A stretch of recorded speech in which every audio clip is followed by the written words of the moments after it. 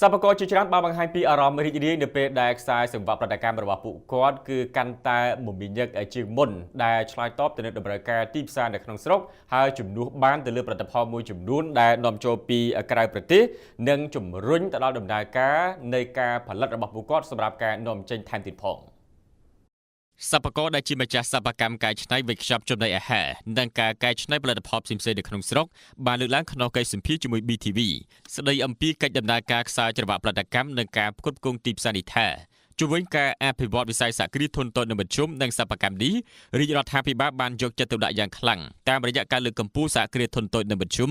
និងសេដ្ឋកិច្ចក្រៅប្រព័ន្ធជាដើមរួមផ្សំនឹងការយកចិត្តទុកដាក់របស់សិប្បករតាមរយៈកិច្ចដំណើរការផលិតនិងការវេចខ្ចប់ជាផលិតផលដែលមានអនាម័យគុណភាពនិងការចូលរួមក្នុងព្រឹត្តិការណ៍ពិព័រណ៍ផ្សេងៗបានធ្វើឲ្យសាធារណជនចាប់អារម្មណ៍និងគាំទ្រផលិតផលខ្មែរជាបន្តបន្ទាប់សិប្បករទាំងនោះបានលើកឡើងថាចាប់តាំងពីដើមឆ្នាំ2025រហូតដល់ពេលនេះឃើញថាការលក់ដូរផលិតផលរបស់ពួកគាត់នៅលើទីផ្សារមានសន្ទុះកើនឡើងជាមុនដោយបានកំពុងគាំទ្រដល់ខ្សែច្រវាក់ផលិតកម្មនៅក្នុងកិច្ចដំណើរការផលិតនិងការវេចខ្ចប់ចូលទៅកាន់ទីផ្សារ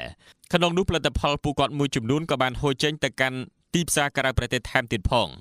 លោកជំទាវ Q Camry នាយិកាប្រតិបត្តិរបស់សមាគមអភិវឌ្ឍសង្គមខ្មែរបានលើកឡើងថាជំវិញការលក់ដូររបស់សហគ្រិននៅក្នុងស្រុកនេះស្របពេលដែលពលរដ្ឋខ្មែរងាកមកគាំទ្រនៅផលិតផលរបស់ខ្មែរសូមឲ្យសហគ្រិនពង្រីកការយកចិត្តទុកដាក់បន្ថែមទៀតលើបញ្ហាគុណភាពនិងសោភ័ណភាពនៃការវេចខ្ចប់និងស្តង់ដារផលិតជាដើមក្នុងនោះលោកជំទាវបានអំពាវនាវដល់បងប្អូនប្រជាពលរដ្ឋបន្ថែមសូមជួយគាំទ្រនៅផលិតផលខ្មែរថែមទៀត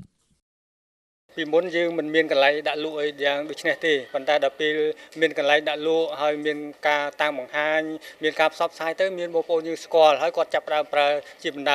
ចង់ឲ្យបងប្អូនយើងជួយគ្រប់គ្រងដើម្បីគាត់បានថវិកាខ្លះយកទៅផ្គត់ផ្គង់គ្រួសារនឹងមានការរីកចម្រើនហើយក៏ដូចជាទទួលបានការគ្រប់គ្រងពីសំណាក់បងប្អូនប្រជាជនកម្ពុជាយើងកាន់តែច្រើនខ្ញុំសូមផ្ដាំផ្ញើទៅបងប្អូនទាំងអស់គ្នាមិនថាជាបងប្អូននៅក្នុងស្រុកឬក៏ក្រៅប្រទេសទេបងប្អូនបាទខ្ញុំ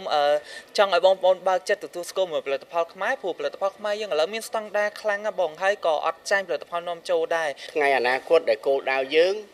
មិនត្រឹមតែលក់នៅក្នុងប្រទេសទេយើងនឹងលក់ទៅក្រៅប្រទេសទៀតតែយើងនឹងខិតខំធ្វើម៉េចឲ្យផលិតផលយើងនឹងកាន់តែជាផលិតផលមួយដែលគេទទួលស្គាល់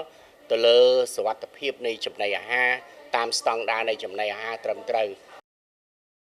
សូមបញ្ជាក់ថាជំវិញផលិតផលខ្មែរនេះនៅក្នុងកម្មវិធីគោលនយោបាយរបស់រាជរដ្ឋាភិបាលអាណត្តិទី7នេះបានដាក់ចេញនូវយុទ្ធសាស្ត្រជំរុញការប្រើប្រាស់ផលិតផលខ្មែរនៅលើទីផ្សារក្នុងស្រុកនិងទីផ្សារអន្តរជាតិតាមរយៈការរៀបចំពិព័រណ៍ក្នុងស្រុកនិងអន្តរជាតិផ្សេងៗព្រមទាំងជួយដល់វិស័យឯកជនក្នុងការបង្កើតសភាប្រជាកម្មនៅតាមបណ្ដារាជធានីខេត្តនិងបណ្ដាសភាប្រជាកម្មនៅក្រៅប្រទេសដូចជាការបង្កើតសមាគមតាមមុខរបរនៅផលិតផលដើម្បីចូលរួមចំណែកខ្សែច្រវាក់ផ្គត់ផ្គង់និងការចាប់យកឱកាសប្រជាកម្មជាដើម